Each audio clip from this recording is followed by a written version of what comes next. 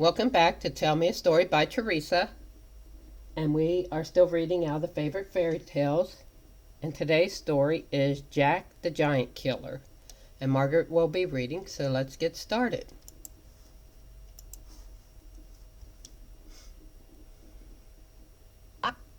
In the reign of King Arthur there lived in the county of Cornwall a worthy farmer, who had an only son, named Jack.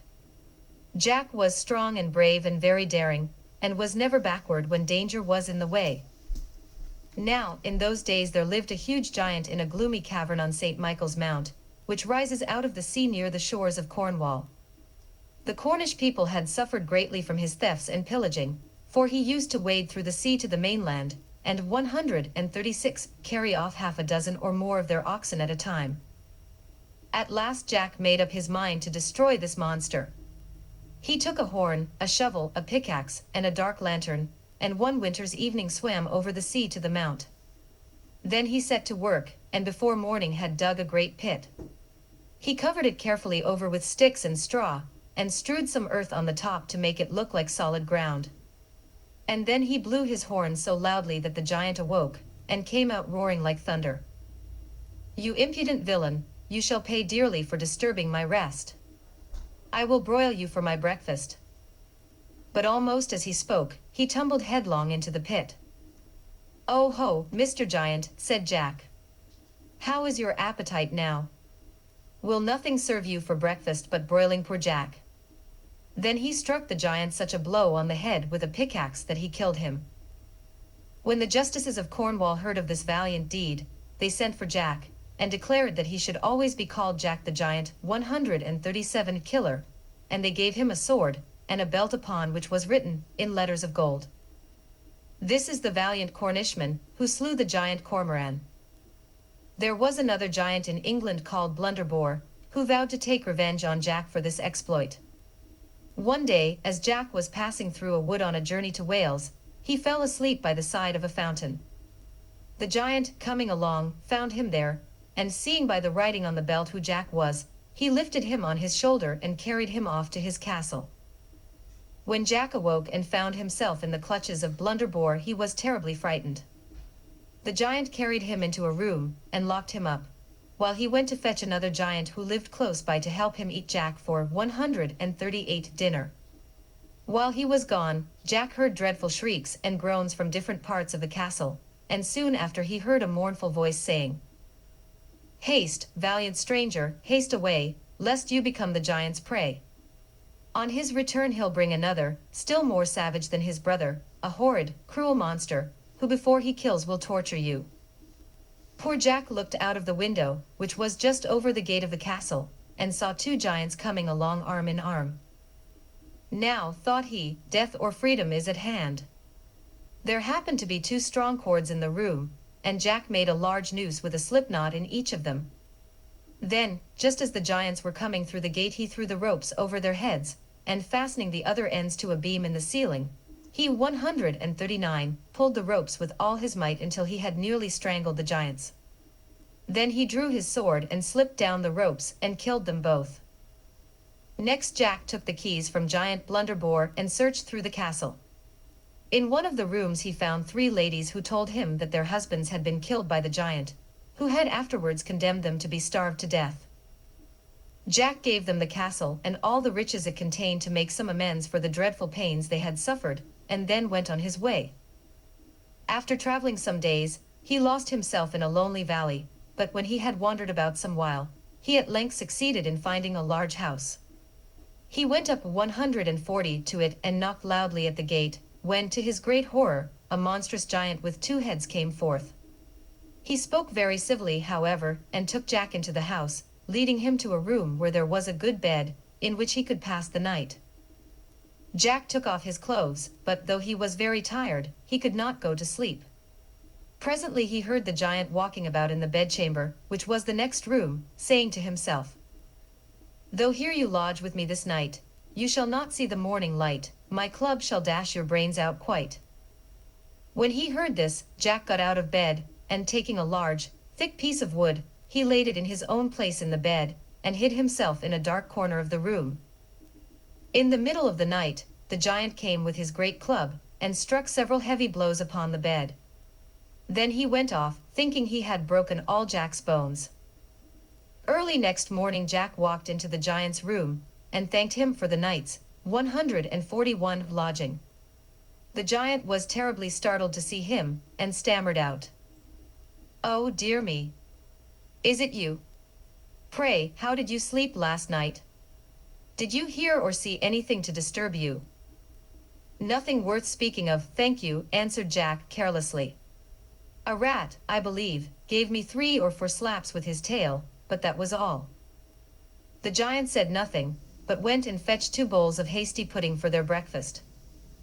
Jack did not wish the giant to think that he could not eat as much as himself, so he contrived to fasten a leathern bag inside his coat. He then managed to slip the pudding into this bag, while pretending to eat it. When breakfast was done, he said to the giant, "Now I will show you a fine trick. I can cure all wounds with a touch. You shall see an example." He then took a knife, ripped up the leathern bag, and all the hasty pudding tumbled out upon the floor. "Ods splutter her nails," cried the giant, who was ashamed to be outdone by such a little fellow. "Her can do that herself," and 142, snatching up the knife, he plunged it into his stomach and fell down dead. After this, Jack went farther on his journey. In a few days he met King Arthur's only son, who was traveling into Wales to deliver a beautiful lady from the power of a wicked magician. Jack attached himself to the prince, and they traveled on together. The prince was very generous, and soon gave away all the money he possessed. After having parted with his last penny to an 143 old beggar woman, he was very uneasy as to where they were to pass the night. "Sir," said Jack, 2 miles farther on there lives a giant with 3 heads, who can fight 500 men at once and make them fly. I will go on and visit him. Do you wait here until I return."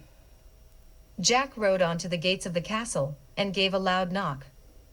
The giant, with a voice like thunder, roared out, "Who is there?" "No one but your poor cousin Jack." "Well, what news, cousin Jack?" "Dear uncle, I have bad news for you. Here is the king's son coming with 2,000 men to kill you." "Cousin Jack, this is bad news indeed." "But 144 I have a large cellar underground, where I shall hide myself, and you shall lock, bolt and bar me in until the king's son is gone." So Jack locked, bolted and barred the giant in the cellar, and then went back and fetched the prince, and they feasted and made merry, and spent the night very comfortably in the castle. In the morning Jack gave the prince gold. The giant thanked Jack very much for saving him, and asked what he should give him as a reward.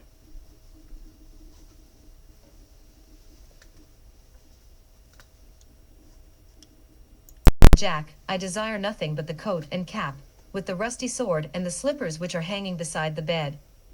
145. "Take them," said the giant, "and keep them for my sake. They will be very useful to you. The coat will make you invisible, the cap will give you knowledge, the sword will cut through anything, no matter what it may be, and the shoes are of vast swiftness." Jack took the gifts, thanked the giant, and then quickly caught up with the prince. After a few days' further journey, they reached the dwelling of the beautiful lady whom the prince had come to rescue. She received the prince very graciously, and made a feast for him. When it was ended she rose, and taking her handkerchief, said, "My lord, tomorrow morning I command you to tell me on whom I have bestowed this handkerchief, or else lose your head." The prince went to bed very mournfully, but Jack put on the cap of knowledge, which told him that the lady was forced by the power of enchantment to meet the wicked magician every night in the forest. He, therefore, put on his coat of darkness, and his shoes of swiftness, and was there before her. When the lady came, she gave the handgear 146 chief to the magician. Jack with his sword of sharpness cut off his head with one blow, and the enchantment was ended in a minute. The next day the lady was married to the prince, and soon after went with her husband to the court of King Arthur, where Jack was made one of the knights of the Round Table for his heroism.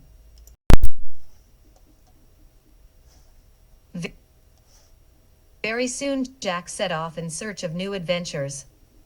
On the 3rd day of his travel he came to a wide forest, Hardly had he entered it when he heard dreadful shrieks and cries, and soon he saw a monstrous giant dragging along by the hair of their heads a handsome knight, and a 147 the beautiful lady.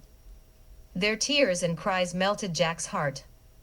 He alighted from his horse, and put on his invisible coat, and immediately attacked the giant. He could not reach up to the giant's body, so, taking a mighty blow, he cut off both the monster's legs just below the garter, so that he fell full length upon the ground. Then Jack set his foot upon his neck and plunged his sword into the giant's body.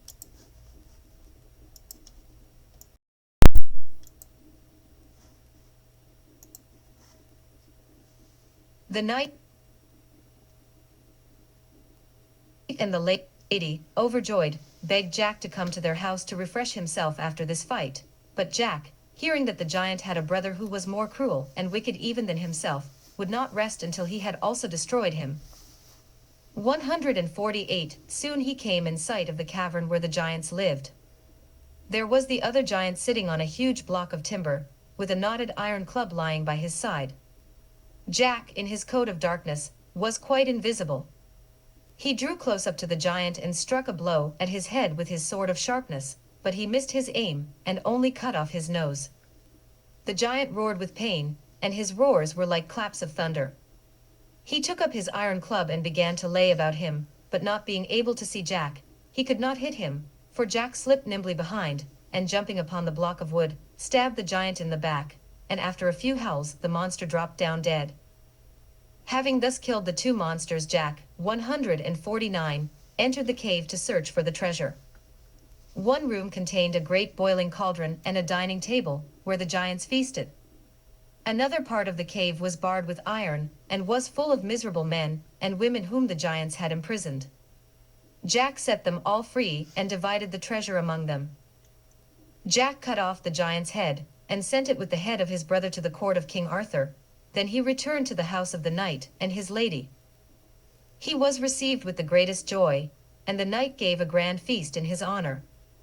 When all the company was gathered together, the knight presented Jack with a ring, on which was engraved the picture of the giant dragging the knight, and the lady by the hair, with this motto round it: "Behold, in dire distress were we, under a giant's fierce command, but gained our lives and liberty from valiant Jack's victorious hand." But while the merriment was at its height, a herald rushed into the room, and told the company that Thundel, a savage giant with 2 heads, 150, had heard of the death of his 2 kinsmen, and was come to take his revenge on Jack. The guests trembled with terror and fright, but Jack only drew his sword and said, "Let him come." The knight's house was surrounded by a moat over which there was a drawbridge. Jack set men to work to cut the bridge on both sides, nearly to the middle, and then, dressed in his magic coat, went out to meet the giant. As the 151 giant came along, although he could not see Jack, yet he could tell that someone was near, for he cried out, "Fa, fe, fi, fo, fum, I smell the blood of an Englishman, be he alive, or be he dead, I'll grind his bones to make my bread." "Say you so, my friend?" cried Jack. "You are indeed a monstrous miller." "Ah," cried the giant, "you are the villain that killed my kinsman. I will tear you with my teeth, and grind your bones to powder." "You must catch me first," said Jack. Then he threw off his coat, and put on his shoes of swiftness, and began to run, the giant following him like a walking castle. Jack led him round and round the house, and then he ran over the drawbridge, while the giant rushed after him with his club. But when he came to the middle of the bridge, where it had been cut on both sides, his great weight broke it, and he tumbled into the water.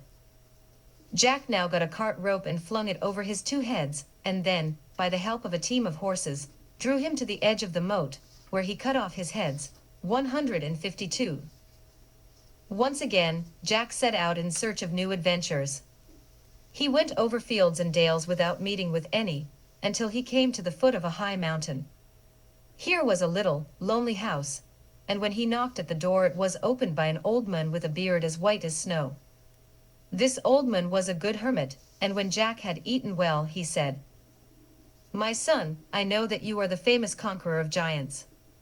I know, at the top of this mountain there is an enchanted castle, kept by a giant named Galigantes, who, by the help of a magician, gets many knights into his power, whom he changes into beasts. Above all, I 153 lament the hard fate of a duke's daughter, whom they have changed into a deer. Many knights have tried to destroy the enchantment, yet none have been able to do so, because of two fiery griffins who guard the gates of the castle. But as you, my son, have an invisible coat, you may pass them by without being seen. On the gates of the castle you will find engraved the means by which the enchantment may be broken. Jack promised that in the morning he would risk his life in an endeavor to break the enchantment, and after a sound sleep, he arose early and set out on his attempt. He passed by the fiery griffins without the 154 least fear of danger, for they could not see him, because of his invisible coat. On the castle gate he found a golden trumpet hanging, under which were written these words: "Whoever can this trumpet blow, shall cause the giant's overthrow." Jack seized the golden trumpet and blew a mighty blast, which made the gates fly open and shook the castle to its foundations. The giant and the magician, knowing that their end was now near, stood biting their thumbs and shaking with terror. Jack, with his magic sword, soon killed the giant, and the magician was carried off by a whirlwind. The castle vanished away like smoke, and the duke's daughter, and all the knights and lovely ladies who had been turned into birds and beasts returned to their proper shape. Jack's fame rang through the whole country, and the king gave him a large estate to reward him for all his brave and knightly deeds. And Jack married the duke's daughter, and lived in joy and contentment for the rest of his days. So I hope you enjoyed this story, and if you did, we will have another story tomorrow. So until then, bye.